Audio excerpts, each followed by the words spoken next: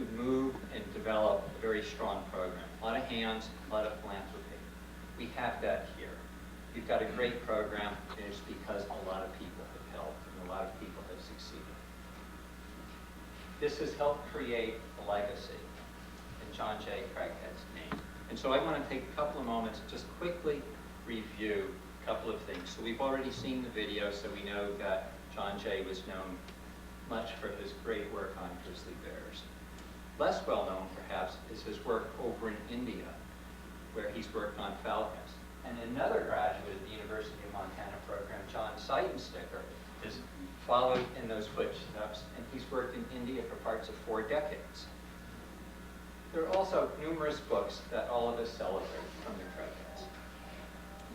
And one of the interesting things, one of my take-home points from knowing John's work has been not just science, not just conservation, but like Jack Ward Thomas has just said, getting in the field, knowing something about muddy boots. And these are some of the places where John J. Craighead has worked. What I'm going to do is take a quick snapshot on what this endowment has meant for me and enabled me to do. So I'm going to scramble some of these dots to some of the places where I've been working over the last 5 or 6 years with colleagues, with students, with NGOs and other universities.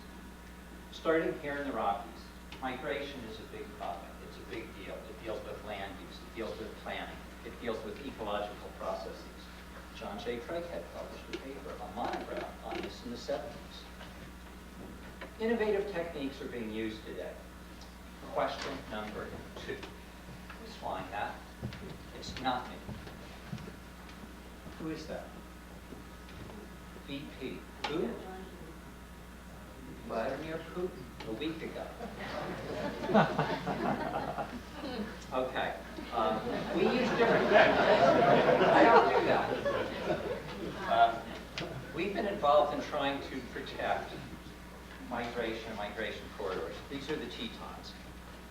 We've been involved with what's called Path of the Pronghorn, Greater Yellowstone ecosystem where the Craigheads have worked for a long time.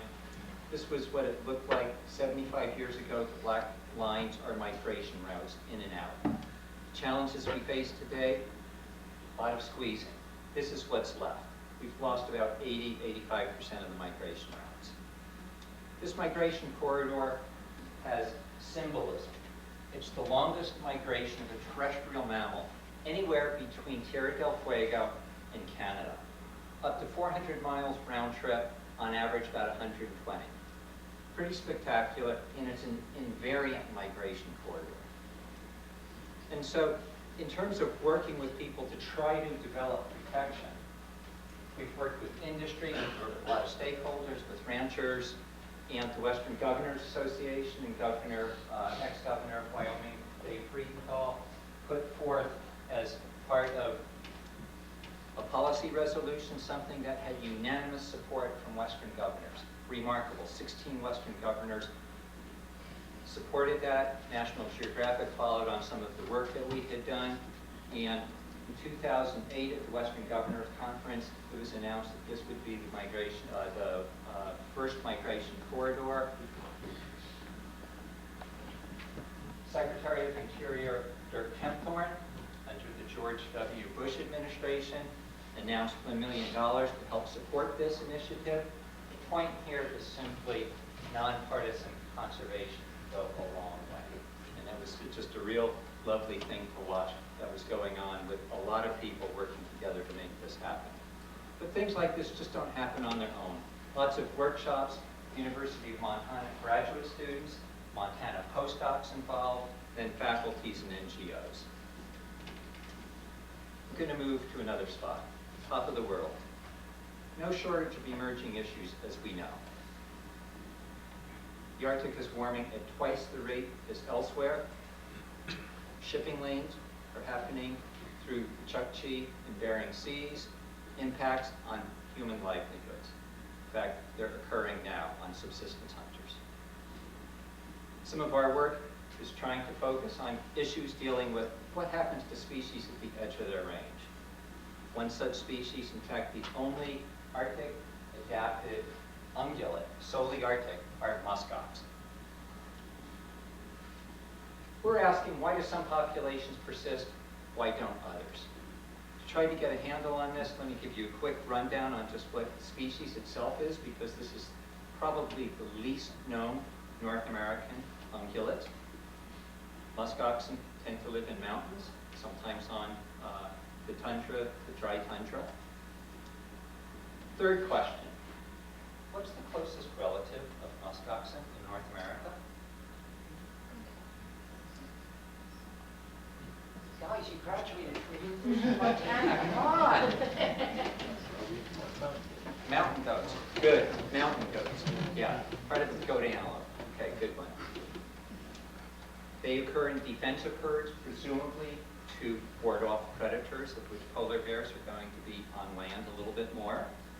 Our efforts involve some cowboy biology, because if you're from Montana, you have to have some cowboy in you. We have interesting logistics in the Arctic, like running out of fuel. I'm working with Lane Adams, USGS, as a co-PI on this. Collaborations are important, so we do a variety of physiological measures, peg animals, weigh animals. And then we use non-invasive measures. And so by non-invasive, we're done with the cowboy biology, and now we're trying other ways to do this. And so one of the things that we're trying to do is photoimaging to estimate the size of animals before they hit puberty. To do this, we have a variety of techniques. Shown here in this photo are juveniles. The thing that we can do then is measure the photos, generate data on an annual basis to look at winter and summer impacts on growth. And then we're using NGO biologists as well as biologists. So two in particular, Vivka Peters, who is here, who's a Mark Hebelwhite graduate student. She's worked for 2 years on this project. Gretchen Roffler, shown on your right, a Mike Schwartz, PhD student. And then we do these somewhat torturous, unless you really like snow machines, long rides in the winter for a bit of a while, so we can continue our non-invasive work to find other ways without handling or harassing the animals to get a good handle on their biology. One of these includes trying to understand juvenile recruitment. And then we had an interesting experience. And so Marcy Johnson was flying for us a year and a half ago in February, counted 55 animals, 4 were our collared animals. 3 weeks later she flew, 52 were dead. It was clung almost like a dinosaur death percentage, not quite. And it took us a bit, but we figured it out. And there was a tidal surge that was brought on by 80-mile-an-hour winds, broke up the ice. The animals were feeding in a lagoon. They got coated with water. Most of them drowned. Some froze to death. All right. We're also doing comparative approach, and that means working in other countries. And not the country to the east, Canada, but to the west. And what we're doing there is we're working with a number of Russian biologists on what's called Wrangel Island. Wrangel Island is a pretty cool spot. Actually, it's a very bloody cold spot. And it's projected not to warm at the same rate, so it enables us to have a good comparison. It also has about 40,000 walruses. It's got about 300 or 400 polar bears, and it has muskox. And the interesting thing here is that just last week, Sergei Lavrov, who's Hillary Clinton's counterpart, they met in Vladivostok, and they talked about the enhanced potential to try to develop an international peace plan, which would be a really nice thing to continue, and they're continuing to help fuel everything from biological, climate change, social science, cultural, anthropological research. All right, we're also focused on some unusual, iconic, unknown species. This is the Tibetan Plateau. The Himalayas at the front end, of course. We've been focused for about the last 8 years or so in 3 major areas. First is in western China. These are called Qiang. They're an endangered high elevation hemione, half horse, half equid, wild species, from about 15,000 to almost 18,000 feet. Wild yaks occur there. There are 14 million domestic yak in the world, only about 6,000 to 8,000 wild yak left. Also working with Chiru in that same system. Chiru were the mascot for the Beijing Olympics. Like here, like everywhere, times change. Rather than horses and yaks, replacement comes. Motorcycles. They're inexpensive, they can be fixed. Lifestyles change. Over over the last 6 to 7 years, there's been a tripling of goats in these systems. Similar issues in Mongolia. This is a real animal. It's called the saiga. Saiga are the world's most northern antelope. They're also part goat, part antelope. They used to occur in Alaska. This may have been what the habitat looked like when they occurred in Alaska, although this is in the western Gobi Desert. They died out with the last spate of climate change about 30,000 years ago as vegetation did another tumble in the north. We've been working with graduate students, Mongolian Academy of Sciences, teaching techniques.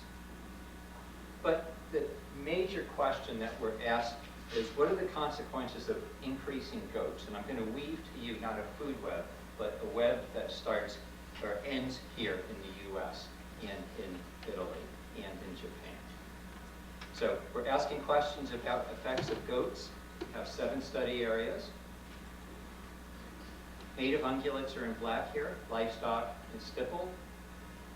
These are protected areas. The bottom line is that in these 7 protected areas, we have about 95% of the biomass are livestock. More livestock, not a surprise, more conflict. Oops. All right, this was the 4th test. Bummer.